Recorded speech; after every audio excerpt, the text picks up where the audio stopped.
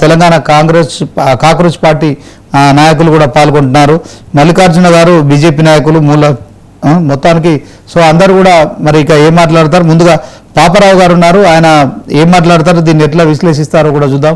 పాపారావు గారు నమస్తే అండి. నమస్తే సార్. మొత్తానికి ఈ యువతలో అసంతృప్తి దేశవ్యాప్తంగా మరి బయటికి కనిపించింది. దాంట్లో మరి ప్రధాని మోదీ కూడా 2 సెల్ఫీ వీడియోలు చేయడము, సెల్ఫీ వీడియోల్లో మరి మొన్న రాత్రి ఒకటి నిన్న రాత్రి ఒకటి చాలా బాగా లేట్ నైట్గా చేసినప్పటికీ కూడా అదంతా యూత్కు చేరిపోయింది. అయితే ఆయన ఎక్కడ కూడా మరి ప్రస్తావించలేదు ఏదైతే యూత్ పట్టుబడుతున్నారో విదేశాంగ మంత్రి ధర్మేంద్ర ప్రధాన్ రాజీనామా చేస్తారని చెప్పలేదు, కానీ ఈ అంశంలో ప్రక్షాళన చేస్తున్నామన్నారు నీట్కి సంబంధించి. సో ఆ ప్రక్షాళన పూర్తయింది, కానీ ఇంకా ఆ ఉద్యమాన్ని అలాగే కొనసాగిస్తామని మరి కాక్రోచ్ జనతా పార్టీ చెప్పడం కావచ్చు. సో యువతకు ప్రభుత్వం తలొగ్గిందని చెప్పుకోవచ్చా, లేకుంటే ఇంకా దీంట్లో ధర్మేంద్ర ప్రధాన్ వెనుక రాజీనామా వెనుక ఏదైనా వేరే బలమైన కారణం ఉందనుకోవచ్చా? ఏం చెప్తారు సార్? అంటే తలొగ్గిందని కాకుండా ఒక రకంగా చెప్పుకోవడానికి అవకాశం లేదు సందర్భం. అంటే యూత్ ఉద్యమ బాట పట్టిందాకా పట్టుండాల్సింది కాదు. ఈ ప్రక్షాళన ఏదో ముందుగానే కనుక ప్రభుత్వం చేస్తుంటే దాని అంతటికి అదిగా చాలా గౌరవించింది. గతంలో కూడా మనం చూసాం, టీఆర్ఎస్ ప్రభుత్వంలో కూడా వాళ్ళు ఇప్పుడు చెబుతున్నారు, అప్పుడప్పుడు అడ్మిట్ చేస్తుంటారు. పేపర్ లీక్ చేసినప్పుడు అది తెలంగాణ సెలక్షన్ కమిషన్ ఉంది కదా, కమిషన్ దాన్ని బోర్డు కనుక మేము మొత్తం బోర్డుని తొలగించుంటే మాకు బాగుండేది, మేము అలా చేయలేదు, అది చేసాం, తప్పు చేశామని చెప్తుంటారు అప్పుడప్పుడు వాళ్ళు. అట్లా ఇప్పుడు వీళ్ళు కూడా ఏంటంటే ఇంత తాసారం 30 రోజులుగా సుమారుగా 1.5 నుంచి జరుగుతున్నటువంటి ఉద్యమం నిరాహార దీక్ష తర్వాత అంతా కూడా పాయింట్కి వచ్చిన తర్వాత ఇప్పుడు ఎటువంటి ఎవరికైనా తల ముగ్గినట్లుగానే ఉంటుంది. ఎందుకంటే మనం అందరం మాట్లాడుతుంది యూత్ విజయం అని మాట్లాడుతున్నాం ఇవాళ. అంటే విజయం అంటే రెండో పక్కన ఎవరిదో పరాజయం అనే కదా. ఆ రెండో పక్క పరాజయం ప్రభుత్వం అనివార్యంగా తీసుకుంటుంది. ఎందుకంటే వాళ్ళు ముందు చేయాల్సిన టైంలో వాళ్ళ సొంత ఇనిషియేటివ్ మీద కాకుండా ఒత్తిడి కింద చేశారు కాబట్టి ఒత్తిడి తెచ్చిన వాళ్ళు గెలిచారని అనుకోవడం అనేది చాలా సహజమైంది. సో కాబట్టి ఏంటి దీన్ని కొంత అంటే ఇక ఉద్యమం కొనసాగుతున్నది కూడా చెప్తున్నారు కాక్రోచ్ జనతా పార్టీ వాళ్ళు. ఎందుకంటే అసలు పేపర్ లీక్ అనేది ఒక ఇష్యూ, దీనిలో దానిలో ధర్మేంద్ర ప్రధాన్ రిజైన్ చేయటం నైతిక బాధ్యత వహిస్తారనేది కూడా ఒక ఇష్యూ. బేసిక్ గా అన్రిజాల్వ్డ్ ఇష్యూస్ అనేక ఉన్నాయి. ఎందుకంటే గత కొద్ది సంవత్సరాల కాలంలోనే ఒక 150 సార్ల పైన పేపర్ లీకేజెస్ ఉన్నాయి అనేది 2017-18లో ఈ ఎన్ఈటీ ఏర్పరిచిన తర్వాత. సో ఉద్యమం కొనసాగటం అనేది అంటే ఆ సమస్యల శాశ్వత పరిష్కారం దాకా వ్యవస్థలో లోపాలు లేకుండా అది కట్టుదిట్టంగా తయారు చేయబడిన దాకా అప్రమత్తంగా ఉండే బాధ్యత అందరికీ ఉంటుంది. కాబట్టి ఉద్యమం కొనసాగుతుందంటే వాళ్ళు నిరంతరంగా రోడ్డు మీద ఉంటారని నేను అనుకోరు. అప్రమత్తంగా ఉంటారు, మేము కనిపెట్టే చూస్తున్నాం, అప్రమత్తంగా ఉన్నాం అంటారు. ఎందుకంటే జనగా ప్రజాస్వామ్యం గురించి కూడా మనం చెప్పుకునేది ఏంటంటే the price of freedom is eternal vigilance అని. నిరంతరం అప్రమత్తంగా ఉంటే తప్పితే మన స్వేచ్ఛను కాపాడుకోలేము.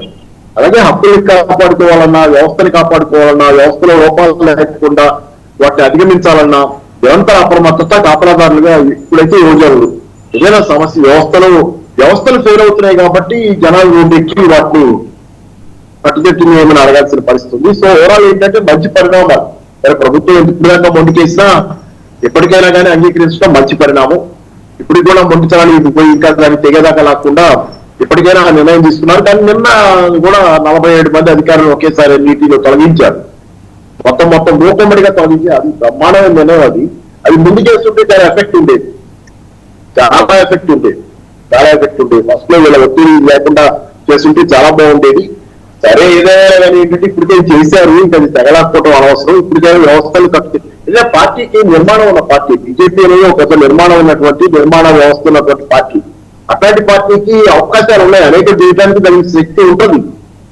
బీజేపీని ఎవరైనా భయపడే వాళ్ళు భయపడ్డా, దాన్ని అభిమానించే వాళ్ళు అభిమానించిన, ఎందుకంటే దాని క్యాడర్ బేస్ కానీ దానికి ఉన్నటువంటి విస్తారమైనటువంటి నెట్వర్క్ కానీ ప్రమాణం. దాన్ని మంచికి పడితే మంచి జరుగుతుంది, చెడుకు పడితే చెడు జరుగుతుంది. కాబట్టి ఇప్పటికైనా నెట్వర్క్ దాన్ని కానీ తీసుకొని మొత్తం దేశంలో చాలా మార్పులు అవసరం. ఈ రోజు యోజనలో ముఖ్యంగా నిరుద్యోగం విపరీతమైన స్థాయిలో పెరగటం, నా పిల్లలంతా అక్కడ బడుకున్న వాళ్ళంతా కేవలం ఆ ఎన్నిటి గురించిందే కాదు అక్కడ సమస్య.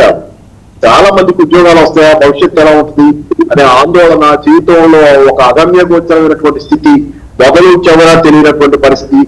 వాళ్ళు ఈ రోజున్న పరిస్థితి ఏంటంటే వ్యవసాయదారులు కూడా వ్యవసాయం చేయడానికి ఇష్టపట్టాల, లాభసాటిగా లేదు వ్యవసాయం. పొలాలు అమ్ముకుని పిల్లల్ని చదివించుకోవాలనుకుంటున్నారు. ఇట్లా దశాబ్దాల తరబడి కష్టపడి పిల్లల్ని చదివించుకుంటా త్యాగాలు చేసుకుంటా వచ్చి ఒక ఎగ్జామ్ రాస్తే ఎగ్జామ్ లో దగా జరిగిందనేది జీవితం మొత్తం పోయినట్టే, వాళ్ళకి జీవితం మొత్తం పోయినట్టే. కాబట్టి అట్లాంటివి జరగకూడదు అనేది అనుకుందాం. వీళ్ళందరికీ న్యాయం జరగాలి, ఉపాధి అవకాశాలు పెరగాలి. ఎందుకంటే ఇప్పుడు ప్రభుత్వం ఉపాధి అవకాశాల విషయంలో నెగ్లిజెంట్ గా ఉందనేది ఒప్పుతాం. ఎందుకంటే ఇప్పుడు జాతీయ ఉపాధి హామీ పథకం ఉంటుంది, సందర్భంగా పోవచ్చుగా చెబుతున్నా. జాతీయ ఉపాధి హామీ పథకం చాలా పెద్ద ఎత్తున చాలా మంది గ్రామీణ ప్రజలను ఆదుకుంటుంది. ఆ పథకం ఈ రోజు ఒక హక్కుగా కాకుండా ఒక జస్ట్ స్కీమ్ గా మారి, మామూలు స్కీమ్ గా మారింది. అట్లాంటివి చేయకూడదు. ప్రస్తుతం ఉన్నటువంటి ప్రపంచ ఆర్థిక మాంద్య స్థితిగతుల్లో అన్ని చోట్ల ఆర్థిక స్థితిగతులు దిగజారుతున్న కాలంలో అట్లాంటి వ్యవస్థల్ని పటిష్టం చేయాలి. నగర ప్రాంతాల్లో కూడా ఉపాధి హామీ పథకం ఉండాలి. అలాగే యువజనుల ఉపాధి కోసం ప్రత్యేకమైనటువంటి చాలా ప్రత్యేకమైన శ్రద్ధ అవసరం. ఖచ్చితంగా లేపించింది కాబట్టి ఈ సమస్యలు పెరుగుతాయి. కాబట్టి ఏంటంటే సమస్యలు మనం పొరపాట్లు చేస్తా, మనం తప్పులు చేస్తా, ఏ సమస్య రాదని అనుకుంటే మాత్రం అది ఉష్ట్రపక్షి ధోరణి, మనం వాస్తవాన్ని చూడకుండా తిరస్కరించడం అవుతుంది. కాబట్టి ఏంటంటే మనం చేసే పని సరిగ్గా ఉన్నప్పుడు రిజల్ట్ సరిగ్గా ఉంటుంది, మనం చేసే పని సరిగ్గా లేనప్పుడు రిజల్ట్ కూడా నెగిటివ్ గా వస్తుంది. కాబట్టి చేసే పని సరిగ్గా ఉండాలి అనేది ప్రభుత్వం కంకణం కట్టుకుని తను చేస్తున్న ఆత్మవిమర్శ చేసుకోవడం ద్వారా ప్రభుత్వం తాను తప్పిదించుకుంటే కనుక భవిష్యత్తులో మంచి ఫలితాలు వస్తాయి. ఎందుకంటే ఆ పార్టీకి ఆ శక్తి ఉంది. ఆ పార్టీ చెడ్డగా వాడుతుందా మంచిగా వాడుతుంది ఇంకా దాని ఇష్టం. అది చెడ్డగా వాడితే ఆ ప్రతికూల ఫలితాన్ని కూడా అదే అనుభవిస్తుంది, మంచిగా వాడితే దేశానికి మంచి జరుగుతుంది. కాబట్టి ఆ పార్టీకి కూడా ప్రజల ఆదరణ ఉంటుంది. ఇప్పుడు ప్రజల ఆదరణ అయితే భారీగా కోల్పోయింది ఆ పక్షం. వారి గత 12 ఏళ్లుగా ఆరాధించిన వాళ్ళు, ఆ పార్టీని ఆరాధించిన వాళ్ళు కూడా వెనక ముందు అలా ఆలోచిస్తున్నారు ఈ రోజు. కాబట్టి ఏంటి ఆ పార్టీకి ఆత్మప్రక్షాళన చేసుకోవాల్సిన, ఆత్మవిమర్శ చేసుకోవాల్సిన సందర్భం ఏంటి. ఓకే పాపారావు గారు. సో పవన్ గౌడ్ గారు నమస్తే అండి.